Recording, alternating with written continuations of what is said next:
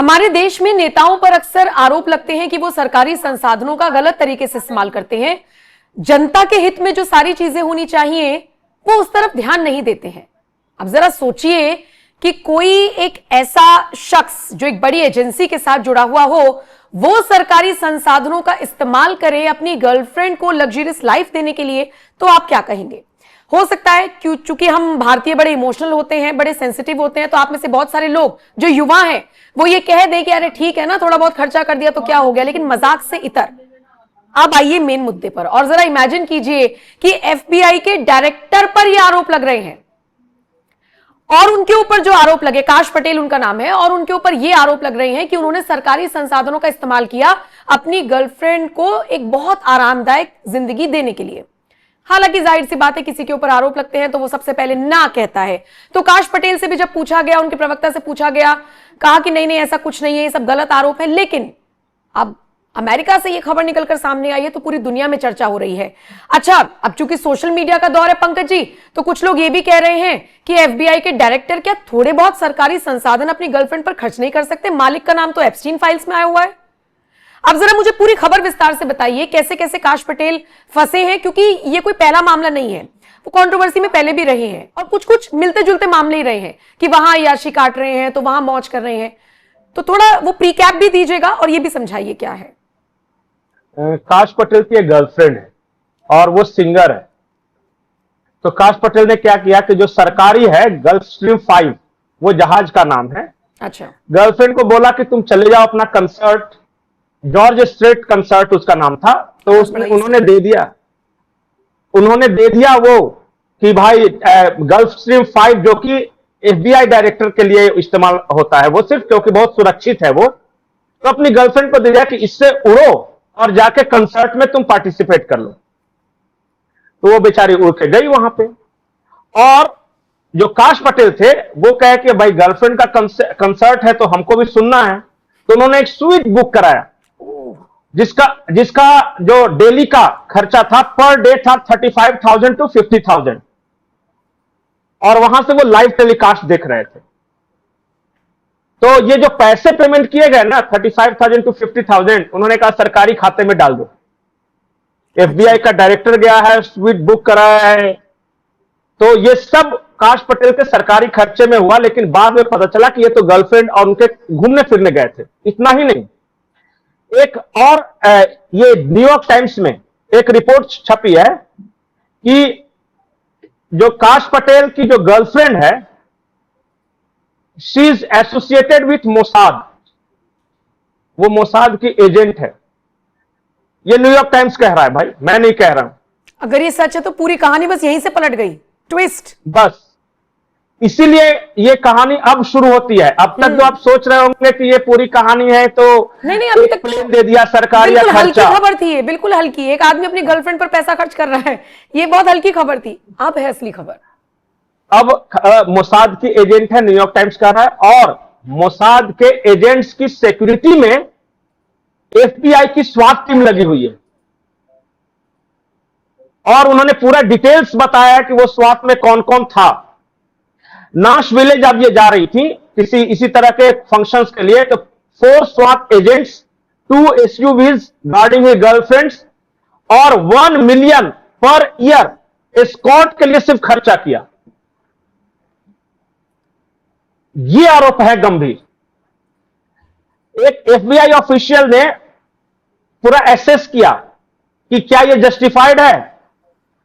पता चला कि काश पटेल ने जिसने वो एक्सेस किया था, मतलब वो लिखा था, उसके खिलाफ जांच बैठा दी। एफबीआई के एक अधिकारी ने बाकायदा काश पटेल को एक चिट्ठी लिखी, और जिसमें कहा कि 1 मिलियन पर ईयर आप अपनी गर्लफ्रेंड के एस्कॉर्ट के लिए खर्च कर रहे हैं, क्या यह जस्टिफाइड है? काश पटेल ने उसी अधिकारी के खिलाफ जांच बैठा दी, वो सस्पेंडेड। पंकज जी, जो आप कह रहे हैं ना कि 35 से 50,000 किराया था उसका पर डे का, 35 से 50,000 डॉलर पर डे। तो आपको क्या लगा भारत के रुपये में? वो तो काश पटेल है, डॉलर। हमने उसे इलेबोरेट नहीं किया ना। बहुत सारे लोग सोच रहे होंगे कि 35-40 हजार ही तो था। 30 से 40 लाख पर डे। अब समझ में पर डे था, पर डे। तो $1 मिलियन पर ईयर उस गर्लफ्रेंड को सिर्फ स्कॉट करने के लिए जा रहा है, जिसके बारे में आरोप यह है कि she is Mossad agent planted in FBI. अब इसीलिए वहां पे बवाल है। बहुत सारी चीजों में पहले भी आरोप लगते रहे आकाश पटेल पर कि ये अपने पर्सनल, कभी मान लिया कि घर परिवार वालों को घुमा दिया, ये सब करिए। अब बताइए, अगर आप पर्सनल, आपके घर का कोई परिवार अगर छुट्टी मनाने जा रहा है तो उसके लिए उसके सिक्योरिटी में एफबीआई के एजेंट्स नहीं लगेंगे, स्वाट टीम जो वहां पे बहुत एलिट टीम है वो नहीं लगेगी। अब जरा सोचिए कि जिस टीम, जैसे अपने यहां, मैं उदाहरण के तौर पे बता रहा हूं कि मान लिया कि कोई आईएएस ऑफिसर है और वो सिक्योरिटी, मतलब ये डिफेंस मिनिस्ट्री में काम कर रहा है, सपोज मैं ये कर रहा हूं। अब उसकी कोई गर्लफ्रेंड है, उसके लिए आप एनएसजी कमांडो को दे दो कि जाओ घुमा फिरा के लाओ इसको। ऑब्वियसली ये तो ठीक नहीं है, लेकिन मुझे एक चीज और समझनी है पंकज जी, ये वो काश पटेल है, यहां पे हमें एक और एंगल समझना होगा। ये वो काश पटेल है जो डीप स्टेट के खिलाफ बहुत आवाज बुलंद करते हैं। ये कहते हैं कि मैं एफबीआई से भी ऐसे लोगों की काट छांट करूंगा और बिल्कुल स्पष्ट और एकदम ट्रांसपेरेंट चीजें रखूंगा। तो ऐसा ना हो कि वाकई में ये कह रहे हैं कि सारे आरोप बेबुनियाद है, और हो सकता है आरोप बेबुनियाद हो क्योंकि ये डीप स्टेट के खिलाफ आवाज उठाते हैं। बिल्कुल, बिल्कुल ये इनके तरफ से भी यही कहा गया है। और कुछ आर्टिकल्स छपे अमेरिका में कि चूंकि एफबीआई के अंदर जो डीप स्टेट के लोग हैं उनके खिलाफ इन्होंने अभियान छिड़ के रखा था, तो वो लोग जो हैं वो इस तरह से इनको डिफेम कर रहे हैं ताकि ये पद से हट जाए। तो वहां आपस में भी लड़ाई चल रही है। आपको शायद याद होगा कि वहां director of intelligence Tulsi Gabbard हैं, और तुलसी गबार्ड के दफ्तर पे सीआईए ने छापेमारी कर दी। अब सीआईए जो कि वहां की इंटेलिजेंस एजेंसी है, वो अपने यहां डायरेक्टर ऑफ इंटेलिजेंस के दफ्तर पे छापेमारी कर रही है। इसका मतलब आपस में कुछ टसल तो चल रहा है। ट्रंप प्रशासन के अंदर ही अलग अलग एजेंसी एक दूसरे के खिलाफ कार्रवाई कर रहे हैं, मतलब कि सब कुछ ठीक नहीं है। अगर काश पटेल के बारे में खबर, अगर ये सही खबर है जो कि न्यूयॉर्क टाइम्स से छापी है, तो वो खबर अगर सही है तो भी गलत है कि काश पटेल कर रहे हैं। अगर अगर ये बात भी सच है कि डीप स्टेट इनके पीछे लगा हुआ है, तो वो और चिंता की बात है।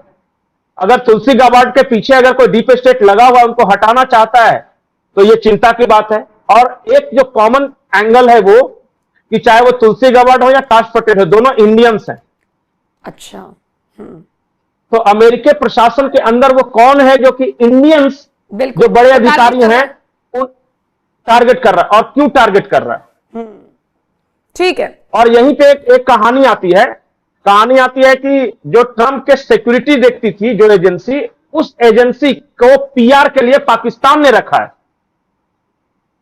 और उस पे $7,000 मिलियन खर्च किया है टोटल। तो कहीं ऐसा तो नहीं कि पाकिस्तान के बिहाफ में वो एजेंसी इंडियंस जो बड़े अच्छे अच्छे ओहदे पर पहुंचे हैं उनको टारगेट कर रही है, ताकि अमेरिका के लोगों के मन में एक शंका पैदा कर सके, ये they are Indians, they are not faithful. ठीक है, कई लेयर होते हैं किसी भी तरह की चीजों के। जी ठीक है, बिल्कुल बिल्कुल ये चीजें हो सकती हैं। फिलहाल हर एंगल से हमें भी हर खबर को समझना होगा और समझाना होगा दर्शकों को। फिलहाल के लिए इस वीडियो में इतना ही। बहुत बहुत शुक्रिया पंकज जी। बाकी आप इस खबर को किस तरीके से देखते हैं, आपकी क्या प्रतिक्रिया है, कमेंट सेक्शन में बताइएगा। बाकी खबरों के लिए एनएमएफ न्यूज देखते रहिए।